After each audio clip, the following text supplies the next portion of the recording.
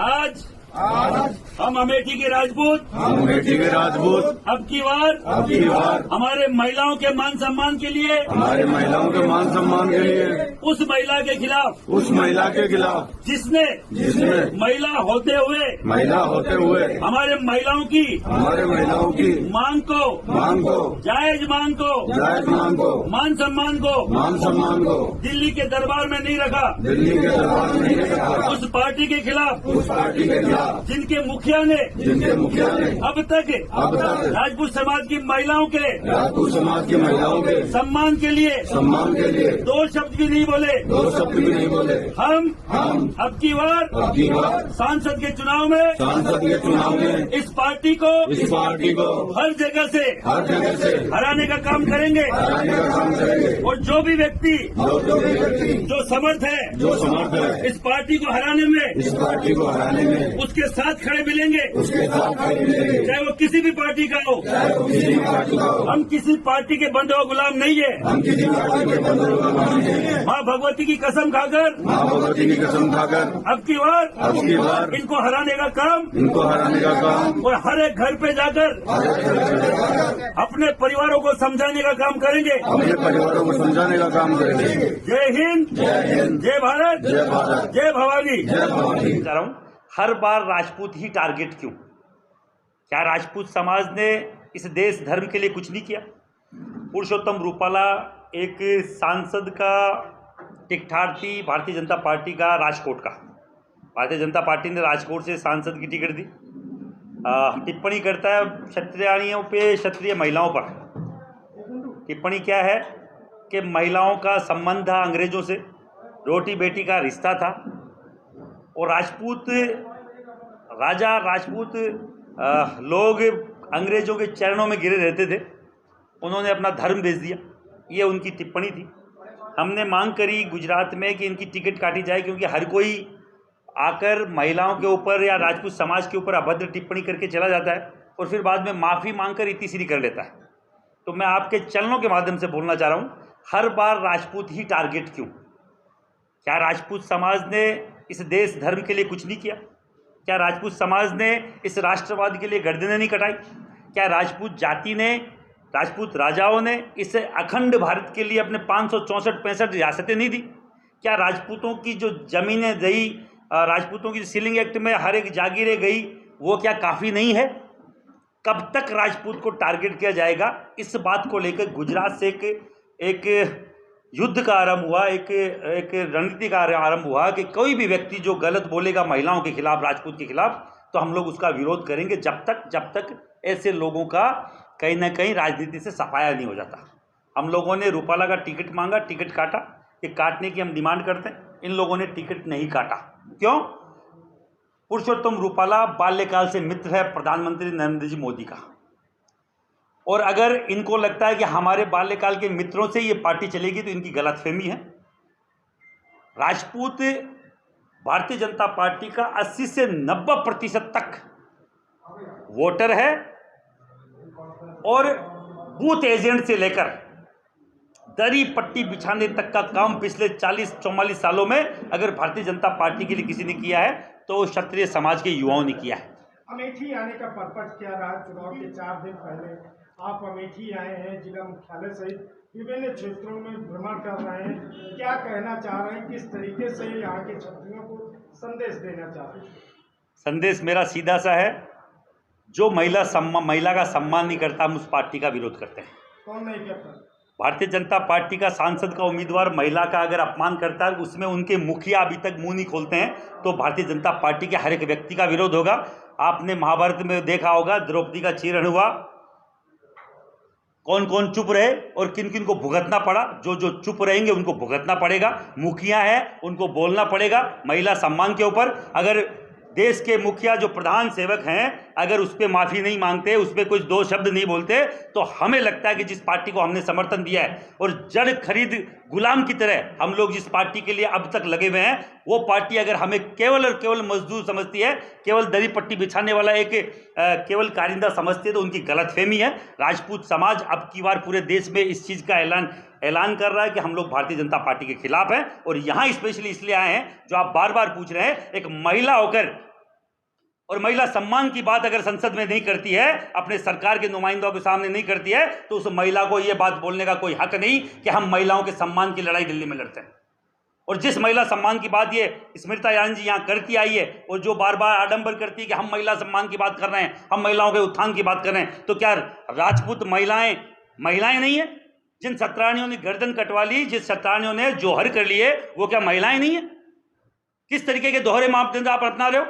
और भारतीय जनता पार्टी के हर एक नुमाइंदे से बोलना चाह रहा हूं, यहां हम लोग इसलिए नहीं आ रहे थे कि कहीं ना कहीं योगी आदित्यनाथ के कारण से राजपूत समाज के मन में कहीं ना कहीं एक सॉफ्ट कॉर्नर है, पर जिस तरीके से बाबा योगी आदित्यनाथ को काटने की कोशिश की जा रही है, हमारे वहां वसुंधरा राज्य का सफाया कर दिया गया, हमारे पड़ोसी राज्य में शिवराज सिंह को हटा दिया गया, हमारे हरियाणा में खट्टर साहब को हटा दिया गया, रमन सिंह की क्या हालत करी आप लोगों को मालूम है। सबसे बड़ी बात, थल सेना अध्यक्ष सबसे सम्मानित एक पद होता है, 8.5 लाख वोट लेके जीते हैं, आपके मोदी जी से भी 3.5 लाख ज्यादा, और उनको वयोवृद्ध करके हटा दिया जाता है, और उनसे 4 साल बड़े मोदी जी खुद तीसरी बार के प्रधानमंत्री के तौर पर तैयार होते हैं। तो यह समझने की जरूरत है कि राजपूत समाज के जो सर्वोच्च नेता उनको कैसे काटा जा रहा है। राजनाथ सिंह जी की हालत छुपी हुई नहीं है पूरे यूपी से और पूरे देश से। माला में 1 सेकंड पहले सर जाता है, उसके आधे सेकंड में सर वापस निकल जाता है। उनकी क्या हालत कर दी जिन राजनाथ सिंह जी ने इनको प्रमोट किया था पूरे देश में।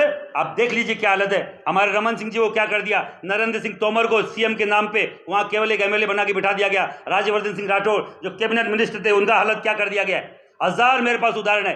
राजपूत समाज के सर्वोच्च नेतृत्व को काटा जा रहा है, महिलाओं को हर दिन प्रताड़ित किया जा रहा है, राजपूत समाज के हर दिन आक्षेप लगाए जा रहे हैं। और मैं आपको बोलना चाह रहा हूं, क्या दिया है आप मुझे बताइए। आप इन 10 सालों में हमें केवल प्रताड़ना के राजपूत समाज को आज तक कुछ नहीं मिला है। और हम लोग जो जड़ खरीद गुनाह में समझते हैं, क्योंकि हम कोई जैसे कांग्रेस का मुसलमान होता है, हम भाजपा के मुसलमान नहीं हैं। हम केवल यही बताने आए हैं। अब की बार स्मृति ईरानी जी जो नहीं बोल पा रहे हैं, मुंह में दही जमा रखा है, उनको बोलना पड़ेगा, और नहीं तो हमारा समाज का युवा बाकायदा बोलेगा। यहाँ पे क्या हाल हुआ आपको मालूम होगा। हमारे यहाँ के नेता हैं दीपक सिंह, एमएलसी है यहाँ के, 307 का मुकदमा दर्ज कर दिया गया झूठा, और कोई बोलने को तैयार नहीं। क्यों? बीजेपी के खिलाफ कर रहे हैं, क्यों नहीं करेंगे। मैं कर रहा हूं, मुझ पे मुकदमा दर्ज कीजिए। प्रेस कॉन्फ्रेंस की आप मुझे बताइए, प्रेस के आप लोग हैं चौथा स्तंभ है, क्या जरूरत पड़ती है किसी का प्रेस कॉन्फ्रेंस करने के लिए किसी परमिशन की, और वो भी आचार संहिता में। मुझे अगर परमिशन लेनी होगी तो मैं चुनाव आयोग से लूंगा। यहाँ का प्रशासन मुझे नहीं रोक सकता, यहाँ की सरकार मुझे नहीं रोक सकती। किस तरीके की आप ये हिटलरशाही लगा रखी है। छोटा सा एक हमारे समाज का भी एक प्रोग्राम था, उसके लिए मंदिर का प्रोग्राम था, उसके लिए परमिशन के लिए यहाँ का डीएम मना कर देता है। 3-3 दिन से मेरे पदाधिकारी बैठे हुए हैं। क्या घूमने की अनुमति नहीं है? क्या ये पाकिस्तान में आता है? क्या हमारे भारत का टुकड़ा नहीं है? इस तरीके के ये राजपूत पे ना करें। मैं बोल रहा हूँ फिर बार बार, ये उठा सकते, न ब्राह्मण उठा सकता, न बनिया उठा सकता, न राजपूत उठा सकता।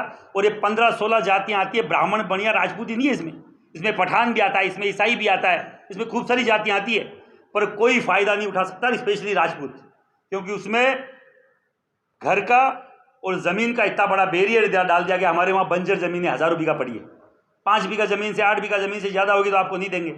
हमारे तो 800 बीघा पड़ी है, उसके होगा क्या। पर हमारे राजस्थान में कांग्रेस सरकार के टाइम में हम लोगों ने प्रेशर डेवलप किया, उन्होंने हटाया, और आज हमारे वहां 6,500 नौकरियां लगी है।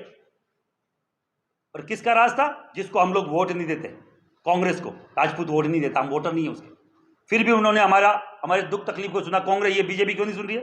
केंद्र में अगर सरलीकरण होगा तो लाखों ब्राह्मण, लाखों बनिए, लाखों राजपूत सरकारी नौकरियों में जा सकते, पर इनको गवारा नहीं है। इनको केवल ओबीसी के लिए काम करना है, केवल उनके लिए काम करना है जो इनके वोटर है ही नहीं। वो कहते हैं ना, पेट वालों से आस है और गोद वाले से नहीं। तो गोद वाला तुम्हारे हाथ में, पेट वाला मिसकरेज हो जाएगा, मालूम चलेगा। तो आपके माध्यम से बोलना चाह रहा हूँ, जो गलत है वो गलत है। हमारे वहाँ मुख्यमंत्री अशोक गहलोत ने दिया है तो उसका धन्यवाद देते हैं, उसमें कोई गलत नहीं है। और ये देंगे तो इनको भी देंगे। राम मंदिर बनवाया तो क्या इन्होंने वो कर लिया। राम मंदिर ट्रस्ट में एक ही क्षत्रिय नहीं है। मैं जवाब लेना चाह रहा हूँ आपके यहाँ से। ये राम मंदिर की भूमि है, ये अयोध्या की भूमि है, बहुत नजदीक अयोध्या है। 550 साल हम लोग रहे नंगे पैर, हम लोग रहे नंगे सर, साफा नहीं पहना, छतरी नहीं लगाई, जूते नहीं पहने, और हमें पूछ रहे राम मंदिर बना दिया। राम मंदिर बनाने वालों को मैं बोलना चाह रहा हूँ, उनमें से हमारा भी 1-1 रुपया लगा हुआ है, किसी गलत में भी। और दूसरा एक चीज जो याद रख लें, राम के कुल की महिलाओं को तुम लोग लज्जित करते हो और हमें बोल रहे हो कि राम को लाएंगे। जो राम कहीं नहीं गए थे, राम को लाने वाले मर गए, राम हमको लाए। ये लॉलीपॉप देना बंद कीजिए। और राम हमारे आराध्य है। हर राजपूत के गांव में, हर एक नॉर्मल परिवार गांव में, जहाँ 3600 गांव में राम का मंदिर है।